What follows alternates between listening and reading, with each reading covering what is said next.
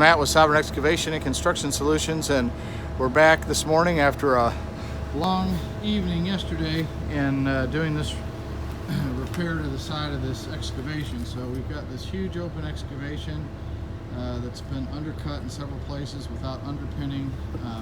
We did not do that. That was a different company, and now we're trying to fix some things. So we put in a stab plate yesterday and probably hit some rock or something down below there. So we were able to get one stab plate in, and then we completed the shoring process with big heavy 2x12s, and we've got our area in between the neighbor's driveway and the house is just about rocked in. There was one set of drain tile down below, and then we've got another drain tile that was just installed, and this is going to be really safe. Yesterday we had 3 slides, which are essentially cave-ins. One, I put my foot literally right there, and about 8 feet of the wall drop. That's exactly why you never get in between a crush zone in between a house and any excavated wall that's over 5 feet, that's not benched or shored or has a trench box. So